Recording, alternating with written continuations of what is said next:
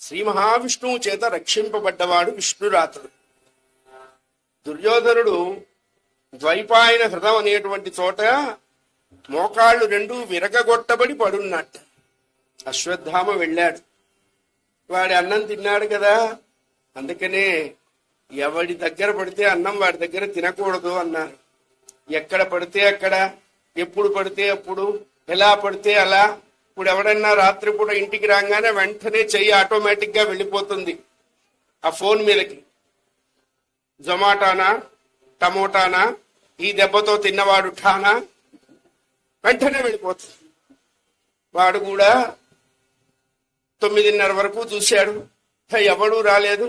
మళ్ళా ఫ్రీజర్ లో పెడదామని తీసుకెళ్తుంటే వీడి ఫోన్ కాల్ ఎడుతుంది. వెంటనే ఓవెన్ లో పెట్టి వేడి చేసి వేడిగా మిలమిల మిరుపుల కాగితంలో కట్టుకొస్తాడు. మనం ఎంత సంతోషం, అబ్బా ఎంత వేడిగా. వాడేమన్నా మన మేనత్త కొడుక, మేనమామల్లుడా మన మీద ప్రేమ రావటం. వాడు పారైపోతుంటే నువ్వు ఫోన్ చేశావు. ఏ అన్నం ఎందుకు తినకూడదు అన్నాడు. ఆ ఉండేటప్పుడు వాడి మానసిక పరిస్థితి ఎలా ఉన్నదో, వాడు దేని యందు మనస్సు లగ్నం చేసి ఉన్నాడో, అందుకనే భగవన్నామం చేస్తూ వంట చేయాలి అన్నాడు.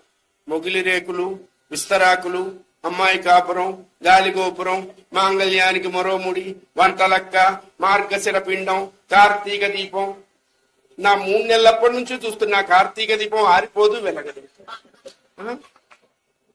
ఇవి ఇప్పుడు ప్రపంచంలో కరోనా కంటే భయంకరంగా వ్యాపించి ఉన్న వ్యాధి సీరియళ్ల వ్యాధి. 8:50 లోపు ఎంత పెద్ద ప్రధానమంత్రి అయినా డైరెక్ట్ గా ధైర్యంగా ఇంట్లోకి వెళ్ళి అన్నం పెట్టు అని అడగమనండి, నోబెల్ ప్రైజ్ నేను ఇప్పిస్తా. చస్తే అడగలేదు. పైగా దరిద్రపు సీరియళ్లు కూడా సోమవారం నుండి శుక్రవారం వరకు పీక్ లెవెల్లో సాగుతుంటాయి. ఆ శుక్రవారం 8:49 ఒక క్లిప్పింగ్.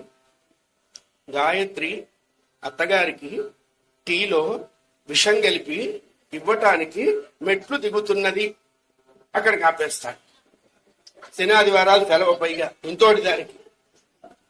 ఈ చూసే వాళ్ళకి అనుమానం, ఇచ్చిందా లేదా, ఇస్తే తాగిందా లేదా, తాగితే చచ్చిందా లేదా, చస్తే మైల పట్టాలా లేదా, మైల 3 రోజులా రోజున్నారా, ఎందుకు వచ్చింది హానికా పరానికా చెప్పండి. అందుకనే అజ్ఞానం తొందరగా వస్తుందండి. జ్ఞానం కొన్ని లక్షల జన్మలు ఎత్తినప్పటికీ వస్తుందో లేదో అనుమానమే.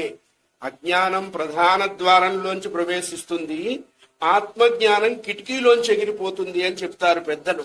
రోగం వచ్చినంత తొందరగా ఆరోగ్యం పట్టదు, చెడు వ్యాపించినంత తొందరగా మంచి తోచదు అని చెప్తారు పెద్దలు. అందుకనే మరి ఎట్లాగయ్యా ఈ మంచి తోచటం అంటే సజ్జన సాంగత్యం చెయ్యమన్నారు. సజ్జన సాంగత్యం చేస్తే ఏమొస్తుంది అని అడిగారట. ఏమి రాదో నువ్వు చెప్పరా, వచ్చేదేదో మేము చెప్తాము అన్నారు పెద్దలు. సజ్జన సాంగత్యం సర్వశ్రేయస్సుని కలిగిస్తుంది. అశ్వత్థామ వెళ్ళి ఏం కావాలి సుయోధన అన్నాడు. వాడు చావు తుదకి లావు దుఃఖమని పాండవుల్ని మొత్తాన్ని చంపొస్తే నేను హాయిగా చస్తా అన్నాడు. అది వాడి అభిప్రాయం. అన్నం తిన్నాడుగా, మరి చచ్చినట్టు తీర్చుకోవాలి. బ్రహ్మశిరోనామకాస్త్రంతో ఉప పాండవ సంహారం చేశాడు. అందరూ చచ్చిపోయినాడు అన్నాడు పిచ్చి బ్రాహ్మడు. వాడు మంచి క్యాలిక్యులేటర్ ఉన్నటువంటి వాడు దుర్యోధనుడు. వాడన్నాడు, పాండవ పుత్రులు పోయినారు గాని పాండవ పౌత్రుడు మిగిలే ఉన్నాడు కదా అన్నాడు. అది చచ్చే వాళ్ళకి అంత తెలివితేటలు ఉంటాయి, సంధి తెలివితేటలు. అప్పుడు ఉత్తర గర్భంతో ఉంది.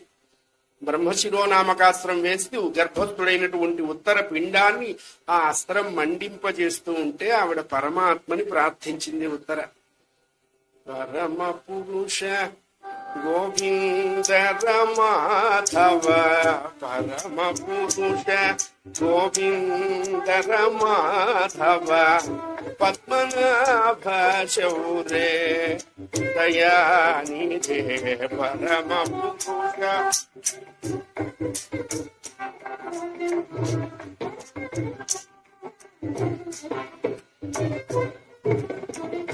గరుడ గమన శ్రీరాంబుధి శయన,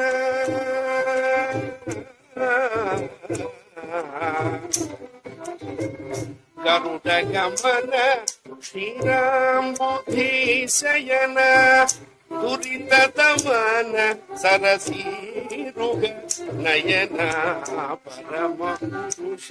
కృష్ణ విష్ణు అచ్యుత కేశవ జనార్దన పద్మనాభ పుండరీక శ్రీవత్సవక్ష జగత్ప్రభో జగత్కర్త యజ్ఞకర్త స్వామి.